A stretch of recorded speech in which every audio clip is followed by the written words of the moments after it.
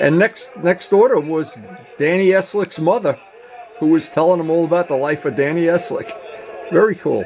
So here we are with what looks like it's going to be a really good day, except the work we have to do today is going to require being downstairs.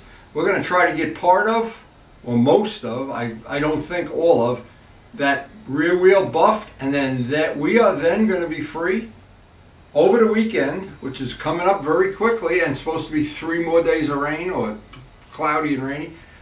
That'll be a great time to strip the tank, prep the tank, and get it all ready to paint. So without wasting any time, I want to get an early start because we got a lot of stuff to do today and a lot of errands. Now, I was really happy to hear that so many people enjoyed and left positive comments about the polishing video that we did of cleaning up the bike, and who knows what's going to be popular in the world of entertainment.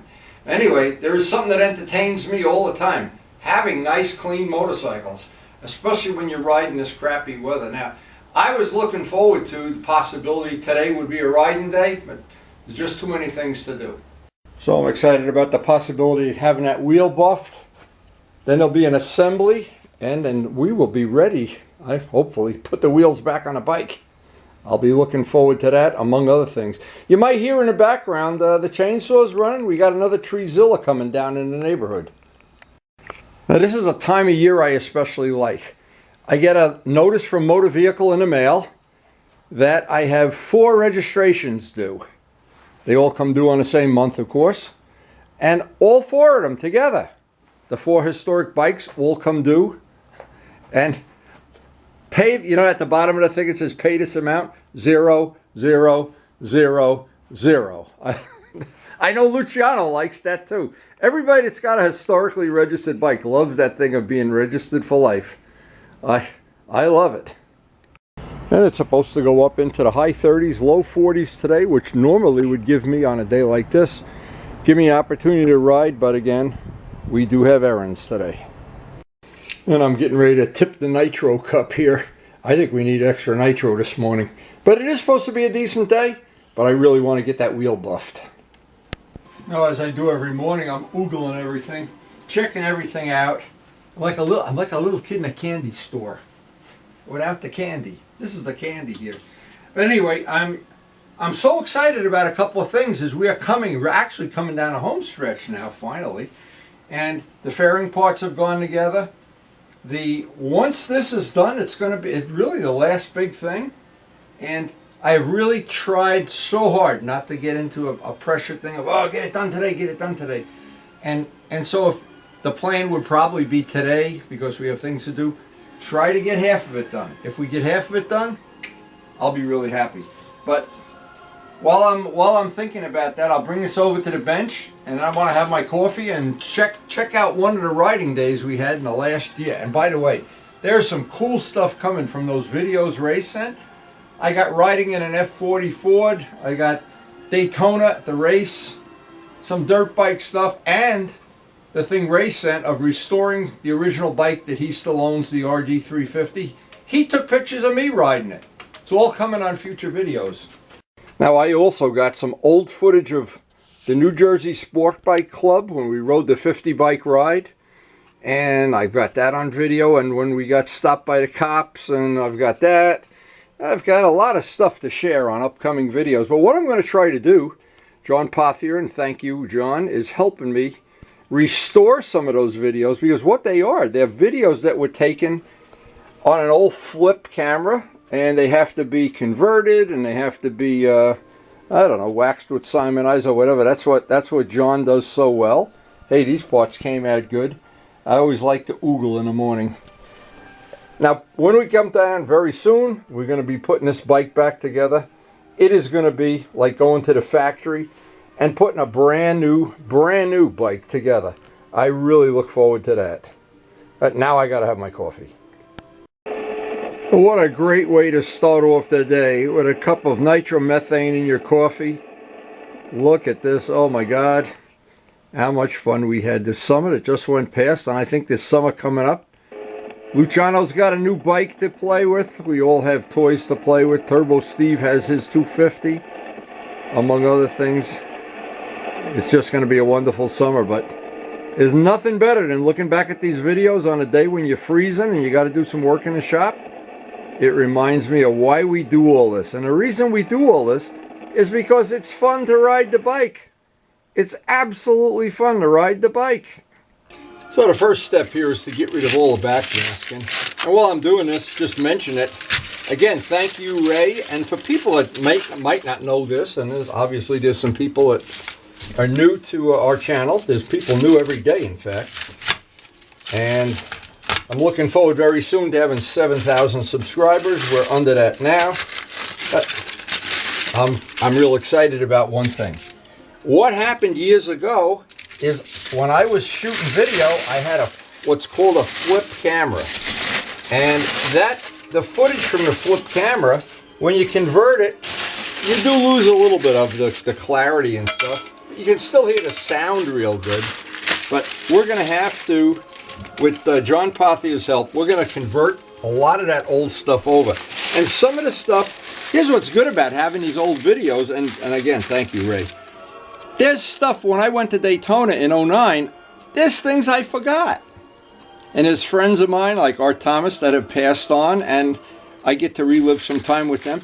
And I get to see Chris. When I first met Chris at the New Jersey Sport Bike Club, and I remember we were hanging out and we were going for rides, and the club, I've got a lot of guys driving off into the ditch and stuff. I got to be real careful when I edit that down.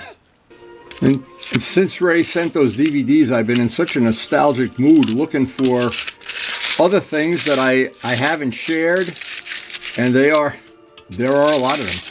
Actually, there's stuff on there that I even forgot about. Now, we stayed in Daytona with a fella named Scott, a real nice guy, had a boat building business, and we stayed actually in his house.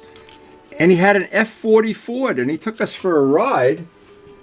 And I had forgotten about that. But you know what, I think having those old DVDs, even though the quality is not super duper, it just brings back so many memories that when I have to do a long day in the shop, if I start off thinking about some of that stuff, I mean, we had so much fun on that trip. And I got to ride all the Ray's bikes. His whole collection, I think I got to ride. I think I even got to ride Art's bike. We had a wonderful time, and again, Ray, thanks for finding those DVDs. Now, for this job, we're going to be using 2000 Indasa 2000 grit Indasa sandpaper, and of course some soapy water. And we're going to try to do the first part of it in real time, as we always do. And then from that point on, it'll just be how long my arm holds out before we have to call in a relief pitcher, a relief buffer. But this has been, this system that I use has allowed me to do this relatively easily. I start off anything like this. The objective is to share information. Pick any spot of the wheel, it doesn't really matter. It's not critical. I want to take one segment. With the 2000 grit, it does take a little bit of time. And sometimes it can get a little bit boring, but that's why we watch windy videos in the morning, so we know what real boredom is like. Anyway, what I'm trying to get across is, yeah, you could skip this step. I know people would, because the finish on this wheel is really exceptional. But you know what? It's going to be even more exceptional. Even if this takes me 2 or 3 days, I don't care. Again, spring is not here. So it doesn't really matter. It's not like, yeah, I could have even had a ride today if we didn't have so many things to do, but I'm just so excited about seeing this whole thing come together. And it's coming together just better than I ever thought it would. It's absolutely beautiful. So I wanted to show one of these in real time, and then we can pretty much cruise from that point on. And once you see one, and you know that that's how long it takes, and you can see what the flat part looks like. Now, as always, I want to do it without a camera cut. I know I get fanatical about this, but boy, does it annoy me when you watch one of these hot rod shows and they show you the car.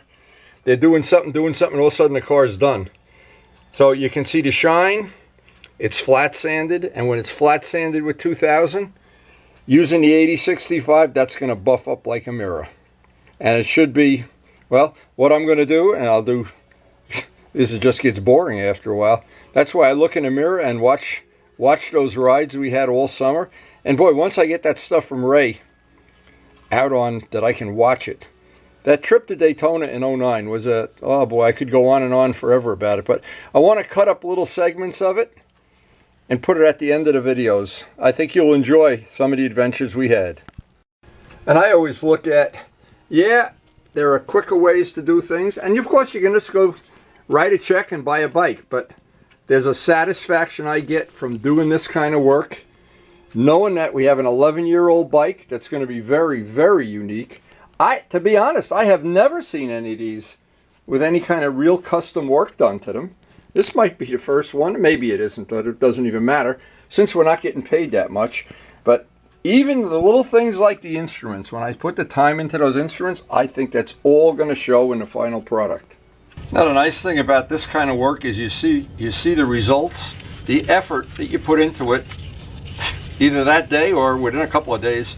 You see the results, and when you put that wheel out and it just looks flawless, I don't know. I'm not sure I get more or less satisfaction than Jay Leno does, but I know I get a lot of satisfaction out of it. And for some people that it's really boring work, and I could do without that. And yeah, I understand that. Hey, you know, I don't like to cook, so I can but I like to eat, so. But anyway, and by doing these restorations myself, what it's done, it allows me to have this small bike collection that I have. And of course, I wish I had a Jay Leno collection, but unfortunately, I wouldn't be able to keep them indoors. They'd be out in a driveway.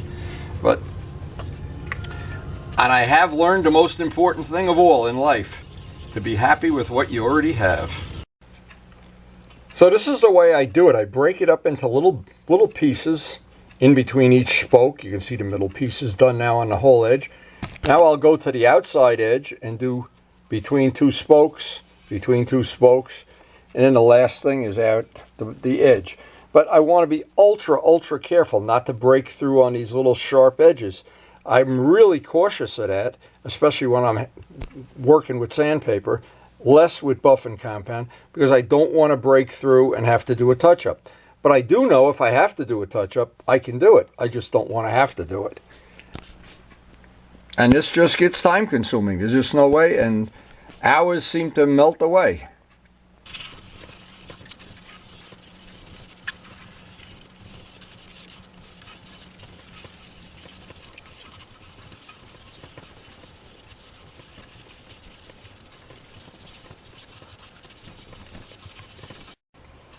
Then what happens is one by one these bands get done, and the next one will be this one. And what I'm going to try to do, because I'm just trying to work around Karen's errand day, I think I'll try to get the whole hoop, flip it around and do the other side. And that might be all I get to do before, I might not even get that done, before it's time to go. Now what happened, this is one of the most time-consuming parts. It doesn't look like it would take a long time, but because I have to avoid that edge like the plague, I don't want that edge to have a breakthrough, and I have to touch up. This wheel came out so good. I'm hoping I don't have to touch up anything. But it's always good knowing, as I've said before, that you got to be able to fix things. It's like buying a motorcycle. You got to be able to fix it when it breaks. Or you got to be able to write checks to the dealer. Or some people can do both. I like working on stuff myself. I always get a lot of satisfaction out of this anyway. But I'm just taking my time. I know, see, I start out this thing knowing this is not a one work session project, so I don't try to rush it. It's going to take time. I'll take a few coffee breaks. I'll give the birds some extra seeds, but it's this bead here that I really want to have exactly perfect. And I'm fussy about it. I know I'm fussy about it. And I know it's going to take time. If I want what I want, it's not going to be, you know, like a young kid with an app, and they say, "Oh, I want to do such and I want to slay the dragon." Boink, and it's done. That's not. This is work. There's no app for this. No app. It's funny, when they were cutting Treezilla down, not this Treezilla, the first one, there was a young kid, I don't know, maybe 15 years old, came into the yard, and was looking up at the guys chopping a tree, and he says, boy, that's a lot of work. Don't they have an app for that? I guess some kids live in a bubble. Maybe I'm in a bubble and I don't even know it. A soap bubble. Anyway, just if you resign yourself to the fact it's going to take a long time, it's a lot easier. It's like going on a long car ride. You resign yourself that it's going to be a 20-hour car ride. Yeah, you take your time, and you know you're going to get there if you just tough it out. And I am toughing this out. My arm is getting tired already. I'm not even halfway done with one side. But then I know I'm not the man I used to be. Now with one half of the I'll call it the hoop done, what I'm doing is I'm looking around for little spots to pick away at, because any little spot I don't sand out, I'm going to spend 5 times the amount of time buffing if I don't get it right now. And it looks pretty good, to be honest. It looks real good. So that's a real watershed when you get that half done. Now it's time to flip it over. And of course, this is the point in time, I always laugh. This is the point in time when you find out who your friends are. You call them up and you say, you want to come over and help me buff a wheel out? Oh, my back hurts. Oh, I got to do this. I got to do that. I got to take the wife shopping. Oh. And actually, I do enjoy this. I know, don't think for a minute I don't enjoy this. Because there's a satisfaction of doing this that you don't get from a computer app.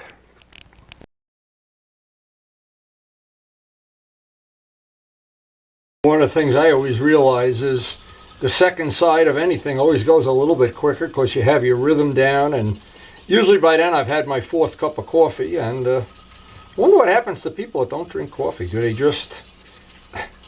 just go slower? Do you run out of energy? Do you get older quicker if you drink more coffee? I don't know. Good question. Anyway, we do drink a lot of coffee, and we love our coffee, and Karen loves coffee, and I'm not sure what that has to do with the wheel, but I just thought I'd mention it. Now, as I start the second side, I had to check in with Karen, by the way. Karen has, this is one of our beautiful errand days, of course. But we do, see, the thing is, we do things every day. We do it for 2 reasons. I like to get out of the house. And usually it's an hour or 2 hours or whatever. And I like to, even if it's a rainy day, I like to break up the day. I don't like to just be in the house all day, and it's just me, and it's just mental illness, I guess, or whatever. And in Karen's case, we like to walk together and get some exercise together, and a lot of times we don't do anything. We just go to the store and buy a quart of milk, but we walk the whole store. So, secrets of staying young. How come it ain't working for me then? I don't know.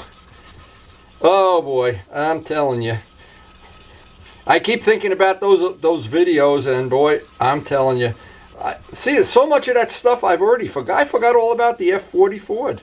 That's just one thing. And in 2009, I got to ride what was originally my 73 Yamaha 350. And Ray, somehow, I think Ray put the flip camera on his bike because he's got pictures of me riding it.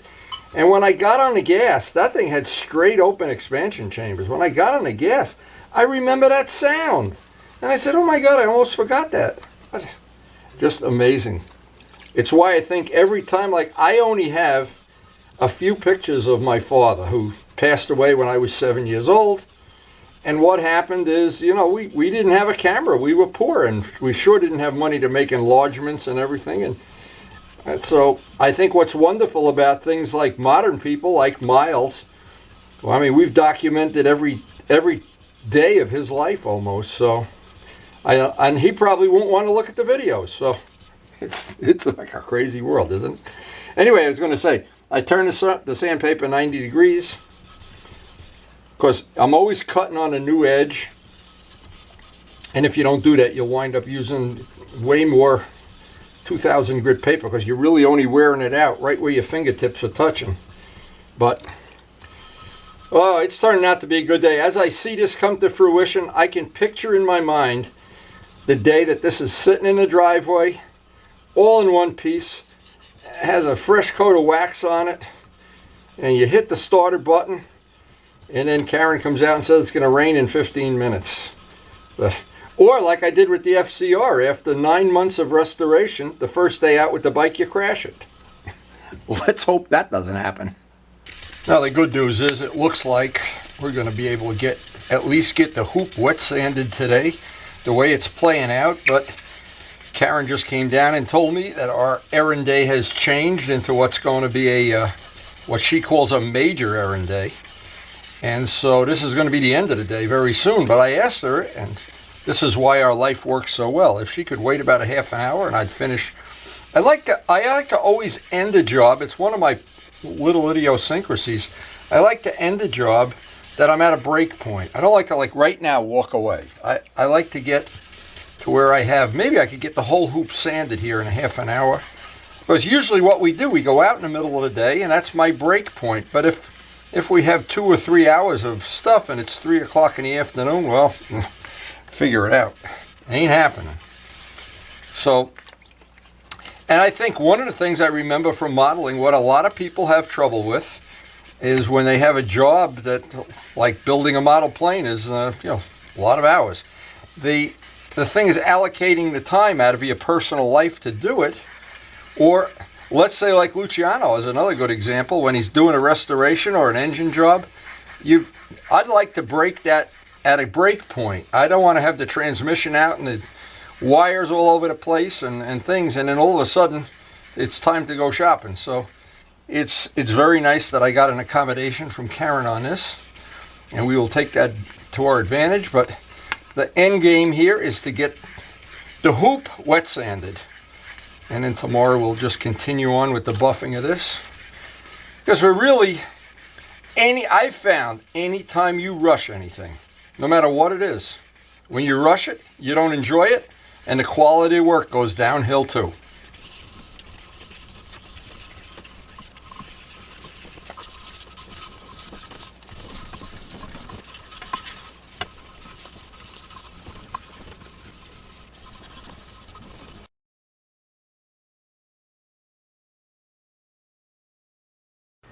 Well, it's time for us to finish up the work session, and we got the whole hoop done. And because every day, I never know how the day is going to play out, but the whole hoop is done. I've got to do the spokes. I could buff this out, then do the spokes. I don't know. I'll see what kind of mood I'm in tomorrow. You never know. Every day is different than the day before. That's how we like it. Well, the day ended a little sooner than I thought, but as I look around and I think, well, we're only a few days from having that wheel done. Have the tire on, the discs on. It'll be the twin to that. And we are really coming down a home stretch now. And the good news is every step of this job, I've not compromised. And now that we're at this point, I'm so glad I didn't compromise it. I didn't take some shortcut or try to use up something that sandpaper that was used or something. Every step of it, I've taken what I think is my best effort. And I hope very soon, and you'll be enjoying it with us, that we'll have this all assembled and be out in the driveway and actually go for a ride. And then next winter, when we're restoring something else, we'll be looking at this guy riding around all summer. Anyway, and we're not gonna belabor the point. I am happy, beyond happy, the way this project has evolved. I think it's going to be a very unique, one-of-a-kind motorcycle, and I hope you've enjoyed sharing the adventure with us. So thanks for watching, and all I can say is we're all looking forward to summer. Again, thanks for watching.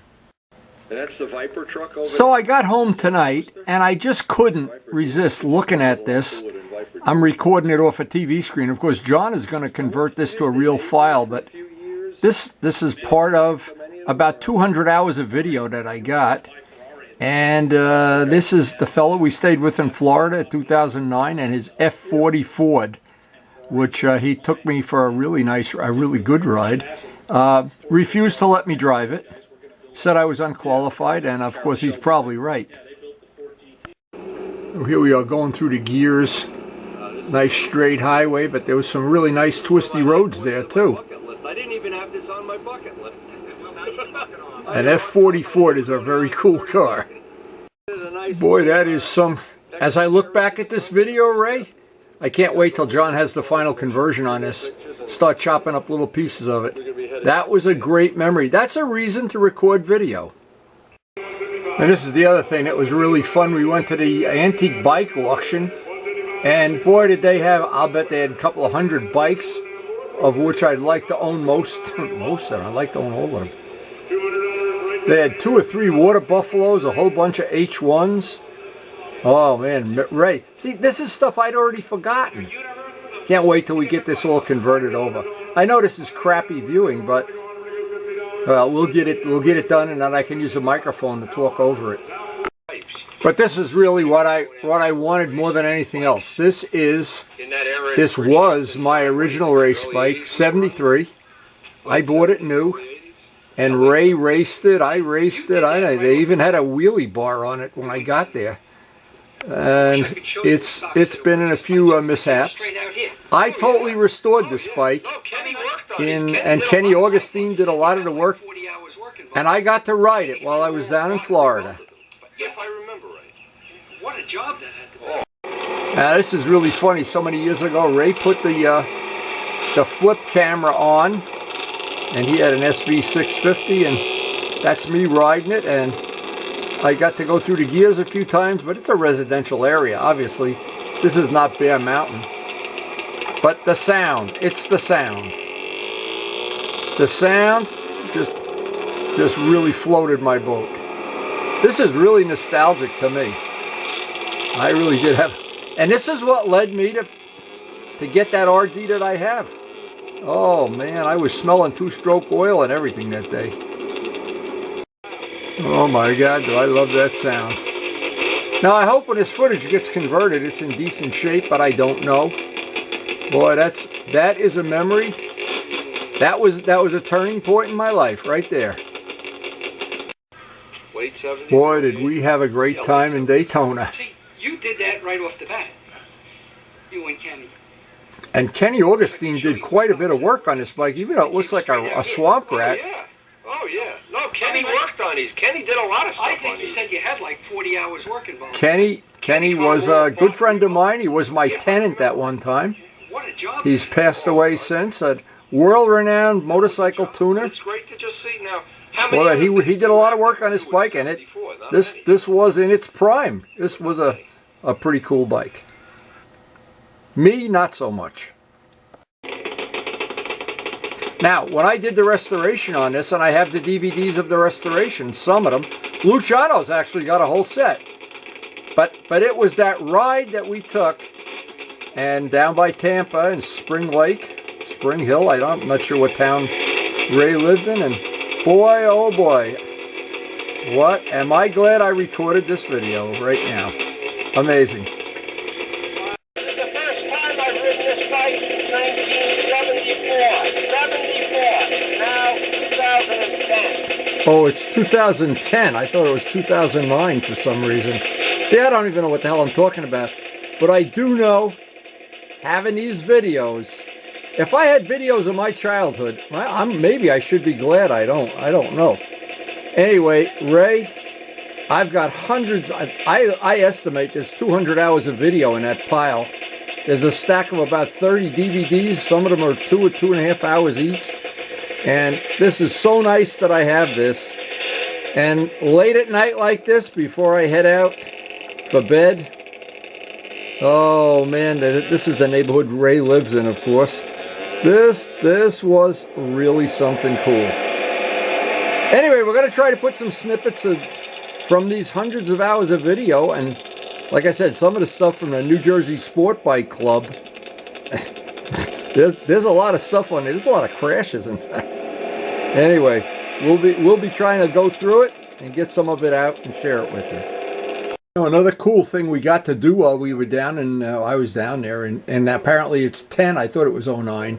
Good memory I have. We went to the Don Garlits Museum, which is between Ray's house and Daytona. Of course, we had to go across the whole state of Florida, but we got to see all his... He has pretty much in this museum every one of his dragsters, including the one at the very end that he lunched up and it's all crashed up. Quite an interesting day. This whole trip was great. And this is another thing I almost forgot. See, what happens when you get old, you forget everything. But I know what's going to happen when I go back upstairs tonight. it's late and Karen's going to say to me, "Wow, you look 18 years old again." If only that were true. And of course, the most fun you can have is sitting up in the bleachers and watching the AMA races. Well, this was actually this is very funny, a little side note.